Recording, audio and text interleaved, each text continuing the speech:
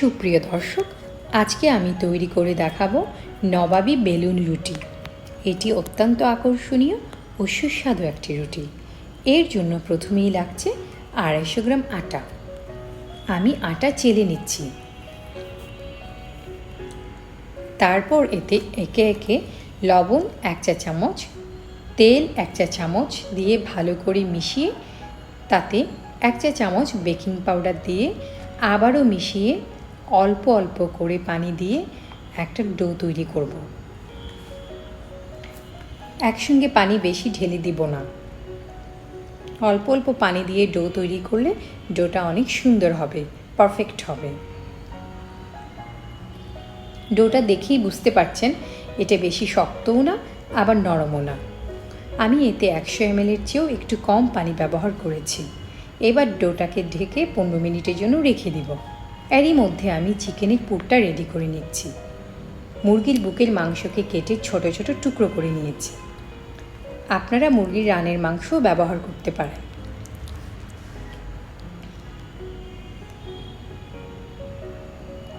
আমি এখানে 1/2 কাপ মুরগির মাংস ব্যবহার করব।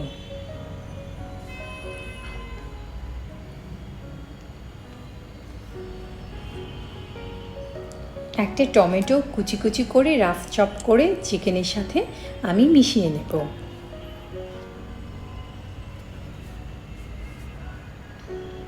আপনারা 2টো টমেটো ইউজ করতে পারেন, তাতে মাংসটাও আরও জুসি হবে, খেতেও ভালো লাগবে।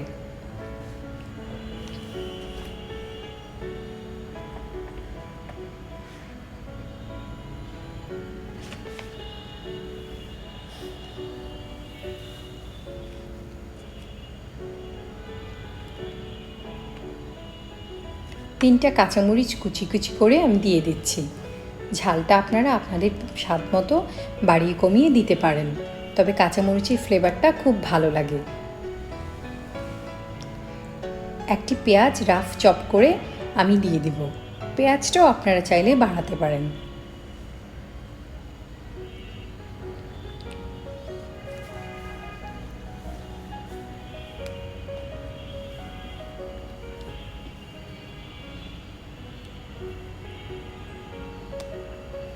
এবার তাতে 1 টেবিল চামচ লেবুর রস দিয়ে দেব।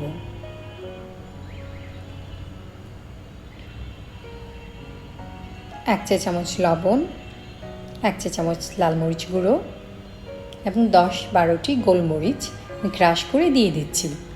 গোলমরিচটা আপনারা চাইলে স্কিপ করতে পারেন।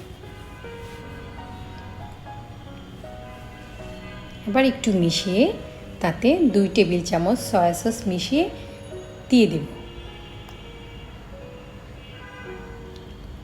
এটা ঢেকে 15 মিনিটের জন্য রেখে দিব।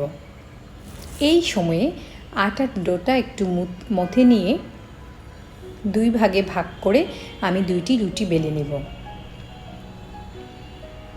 স্বাস্থ্যের কথা চিন্তা করে আমি ময়দার পরিবর্তে আটা ব্যবহার করেছি এবং ইলেকট্রিক ওভেনের পরিবর্তে গ্যাসের চুলায় হাঁড়িতে বেক করেছি।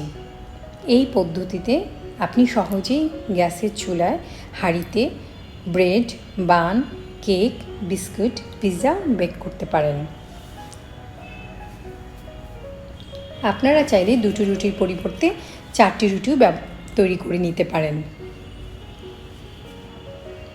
আমার রেসিপিগুলো যদি আপনাদের ভালো লাগে তাহলে চ্যানেলটা সাবস্ক্রাইব, কমেন্ট, লাইক, শেয়ার করে আমাকে সাপোর্ট করবেন।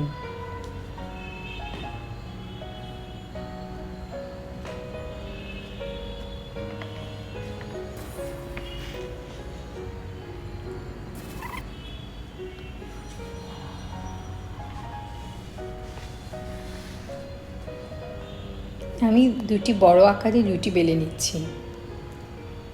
এবার একটি রুটিতে মাংসের পুর দিয়ে অন্য রুটি দিয়ে আমি ঢেকে দেব। আপনারা চাইলে এর মধ্যে পছন্দসই সবজি, ফুলকপি, বাঁধাকপি, গাজর, ক্যাপসিকামও ব্যবহার করতে পারেন।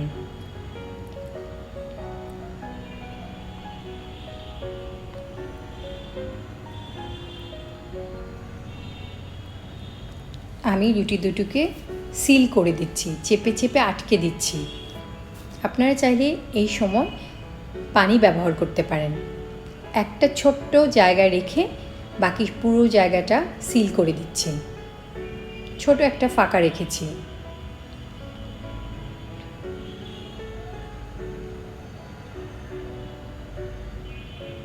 আমি চেপে চেপে সিল করে দিচ্ছি।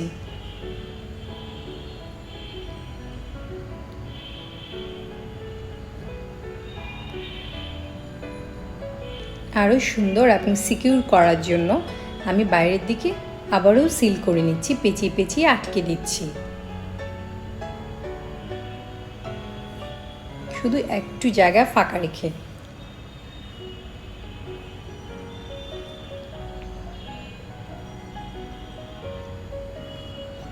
যে জায়গাটা আমি ফাঁকা রেখেছিলাম ওখানে একটা স্ট্র দিয়ে দিচ্ছি।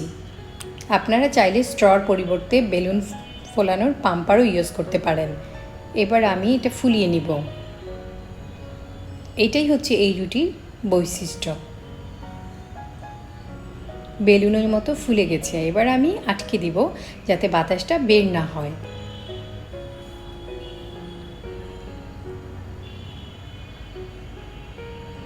দেখতে ভীষণ সুন্দর লাগছে।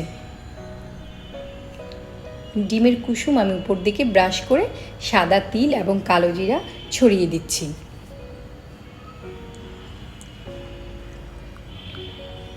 চুলায় একটি হাঁড়ি বসিয়ে আমি হাই হিটে 5 মিনিট গরম করে নেব।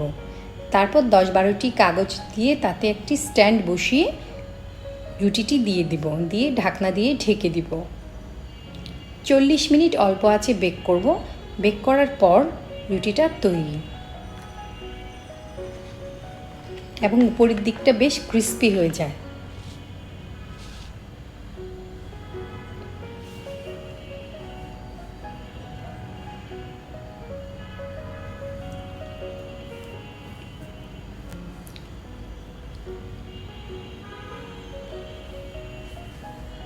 একটি ব্রেড কাটার দিয়ে উপরের দিক থেকে পুরো ঢাকনাটা খুলে নিব। এটা হচ্ছে রুটির ঢাকনা। কেটে নিব আমি। লিয়াস রেসিপির সাথে থেকে ব্যতিক্রম রান্না নিজেকে আত্মনির্ভরশীল এবং স্বনির্ভর করুন, আত্মবিশ্বাসী করুন। রান্না হোক আয়ের মাধ্যম।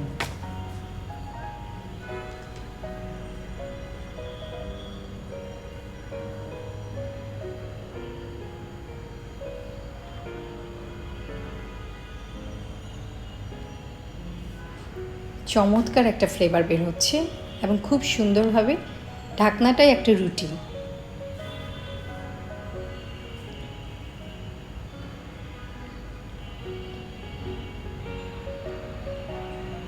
মাংসটা খুব ভালো সেদ্ধ হয়েছে, খেতেও ভীষণ ভালো লাগছে।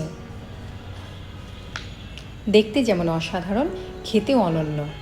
অল্প খরচে এই খাবারটি বানিয়ে আপনার পরিবারকে আপনি চমকে দিতে পারেন।